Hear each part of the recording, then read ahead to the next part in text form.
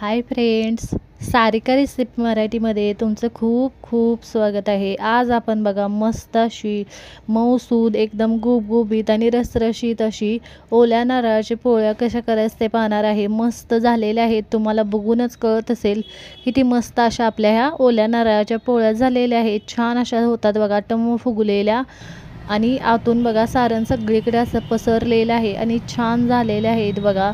तुम्ही नक्की या पद्धतीने करून बघा, मस्त अशा स्वादिष्ट एकदम चविष्ट अशा ह्या पोळ्या होतात बघा, मस्त होतात। तुम्ही नारळी पौर्णिमा स्पेशल अशा आपण बनवलेले आहेत, या नारळी पौर्णिमेला नक्की या पद्धतीने करून बघा, मस्त झालेले आहेत आणि तुम्हाला पण ही रेसिपी खूप आवडेल। नक्की या पद्धतीने करून बघा, एकदम छान होतात, झटपट बघा, एकदम सोप्या पद्धतीने आपण ह्या बनवलेल्या आहेत आणि छान अशा झटपट होतात। नक्की बनवून बघा। तर चला वेळ न घालवता व्हिडिओला सुरुवात करूया।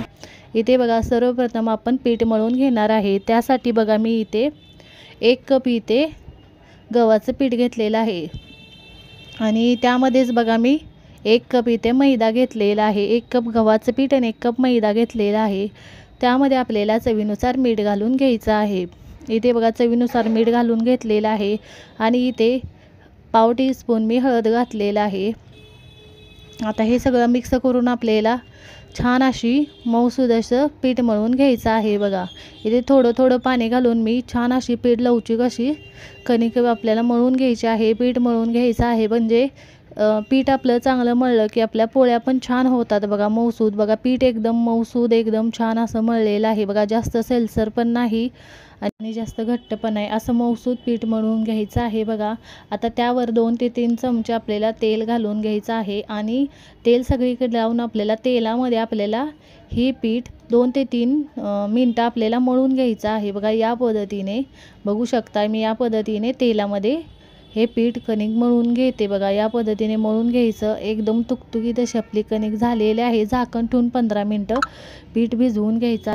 15 मिनटं भिजते तर आपण सारणाची तयारी करूया। त्यासाठी बघा इथे मी 2 कप इथे ओला नारळाचा चव घेतलेला आहे। इथे मी अर्धा कप इथे बेसन घेतलेलं आहे, 1 कप गूळ घेतलेला आहे, पाव कप मी इथे मिल्क पावडर घेतलेला आहे आणि वेलची पावडर घेतलेला आहे 1 चमचा।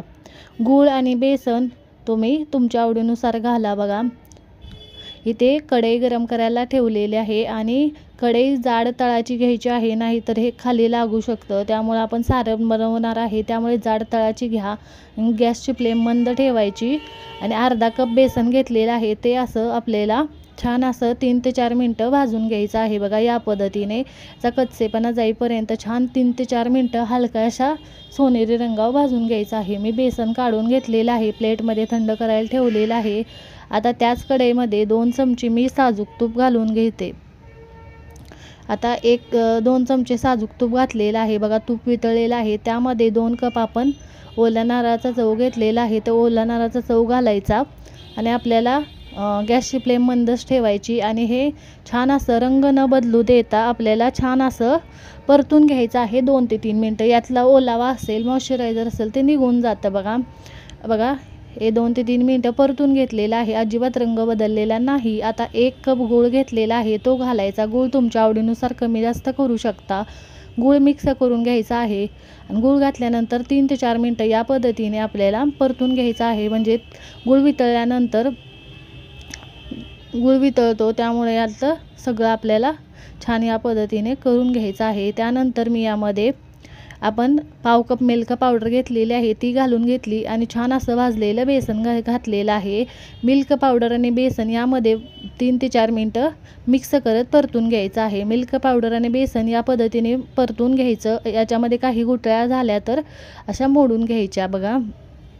त्यानंतर सगळ्यात शेवटी मी इथे 1 चमचा वेलची पूड घेतली होती, ती घातलेली आहे आणि गॅस लगेचच बंद करून घ्यायचा आहे आणि आपल्याला हे छान असं मिक्स करून घ्यायचं आहे। या पद्धतीने मिक्स करून घेतलेलं आहे। ताटामध्ये काढून मी थंड करायला ठेवते बघा। हे छान असं थंड झालेलं आहे, पूर्णपणे छान असं आपलं सारण तयार झालेलं आहे। बघू शकताय तुम्ही या पद्धतीने छान सारण तयार झालेलं आहे। इकडे बघा आपलं पीठ पण छान असं भिजलेलं आहे, मस्त असं तुम्हाला बघूनच कळत असेल किती छान असं आपलं पीठ भिजलेलं आहे, बघू शकताय। आता इथे बघा आपण आता पोळ्या बनवणार आहे. जेवढ्या तुम्ही पोळी बनवायला पीठ घेता तेवढंच घ्यायचं आहे बघा. छान असा उंडा बनवून घेणार आहे बघा. या पद्धतीने पीठ घेतलेलं आहे आणि बघा असं आपल्याला खोलगट वाटी बनवून घ्यायची आहे. थोडंसं कोरडं पीठ लावायचं आणि अशी वाटी बनवून घ्यायची आहे बघा. या पद्धतीने जसं आपण पराठा बनवतो, पुरणपोळी बनवतो तसं या पद्धतीने वाटी बनवून घ्यायची आणि मध्ये साईडच्या कडा पातळ करायच्या आणि मध्ये थोडंसं जाडसर ठेवायचं आणि त्यामध्ये असं कोरडं पीठ घालायचं म्हणजे पोळी छान फुगते बघा. आणि या पद्धतीने बघा जेवढ्या आपण पिठाचा गोळा घेतला होता तेवढंच पुरणाचा घ्यायचा आणि यामध्ये घालून छान असं आपल्याला याचा उंडा बनवून घ्यायचा आहे. छान असं वर पीठ काढत उंडा बनवून घ्यायचा आणि असं एकदम बघा या पद्धतीने असं चपटं करून याला पीठ तोडून घ्यायचं म्हणजे छान सगळीकडे हे बघा या पद्धतीने बंद होतं सगळीकडे. या पद्धतीने मिटवून घ्यायचं, बंद करून घ्यायचं आणि या पद्धतीने प्रेस करायचं बघा.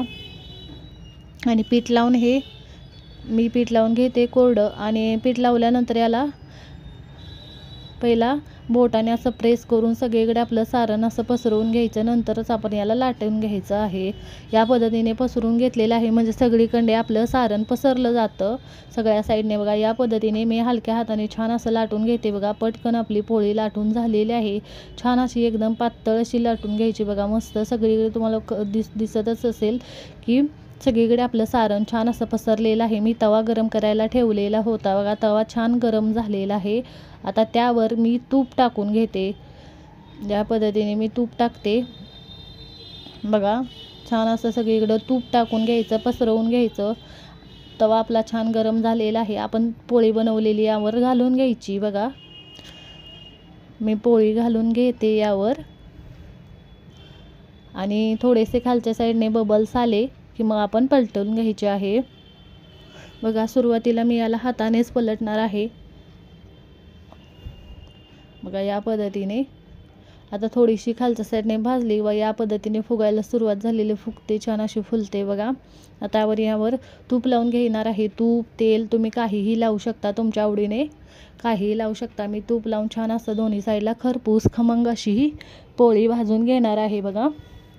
या पद्धतीने मी दोन्ही साईडला तूप लावून घेते बघा. सगळीकडे तूप लावून घ्यायचं, या पद्धतीने पसरवून घ्यायचं बघा. खमंग खरपूस अशी दोन्ही साईडने मी भाजून घेते बघा. मस्त छान अशी फुगलेली आहे बघा. टम्म अशी फुगतात बघा. आणि सगळ्याच पोळ्या या पद्धतीने छान होतात बघा. सगळ्या साईडने मी छान भाजून घेतलेले आहे. दोन्ही साईडने खमंग खरपूस अशी भाजलेली आहे बघा. छान भाजायची आणि पटकन भाजते बघा. मी काढून घेते बघा. त्याच पद्धतीने दुसरी पण मी बनवून घेतलेली आहे बघा. छान अशी दोन्ही साईडला तूप लावून मी ही पण भाजून घेतलेली आहे बघा. तूप लावलेलं आहे आणि ही पण छान अशी भाजून घेतलेली आहे बघा. मस्त अशी ही पण पोळी बघा. छान टम्म फुगलेली छान झालेली आहे, छान भाजलेली आहे. ही पण काढून घेते. सगळ्याच मी पोळ्या या पद्धतीने बनवून घेणार आहे छान अशा बघा. मस्त झालेल्या आहेत बघा. तुम्ही बघू शकताय सगळ्याच पोळ्या आपल्या छान अशा बनवून झालेल्या आहेत बघा. मस्त अशा तुम्हाला बघूनच कळत असेल किती मस्त अशा आपल्या ओल्या नारळाच्या पोळ्या झालेल्या आहेत. एकदम अशा मऊ लुसलुशीत, एकदम अशा गुबगुबीत आणि रसरशीत छान होतात बघा. मस्त चवीला एकदम मस्त लागतात बघा. मस्त छान झालेल्या आहेत बघा. तूप टाकून असं वरून छान बघा मस्त लागते बघा चवीला. नक्की तुम्ही या पद्धतीने करून बघा. छान झालेले आहेत बघा. तुम्हाला बघूनच कळत असेल किती मस्त झाले. नक्की करून बघा आणि कमेंटमध्ये जरूर सांगा तुम्हाला आजचा व्हिडिओ कसा वाटला. व्हिडिओ आवडला असेल तर व्हिडिओला लाईक करा, शेअर करा. चॅनलवर नवीन असाल तर चॅनलला सबस्क्राईब करा, बेल आयकॉनला क्लिक करा. या पद्धतीने नक्की तुम्ही पोळ्या बनवून बघा. व्हिडिओ पाहिल्याबद्दल धन्यवाद.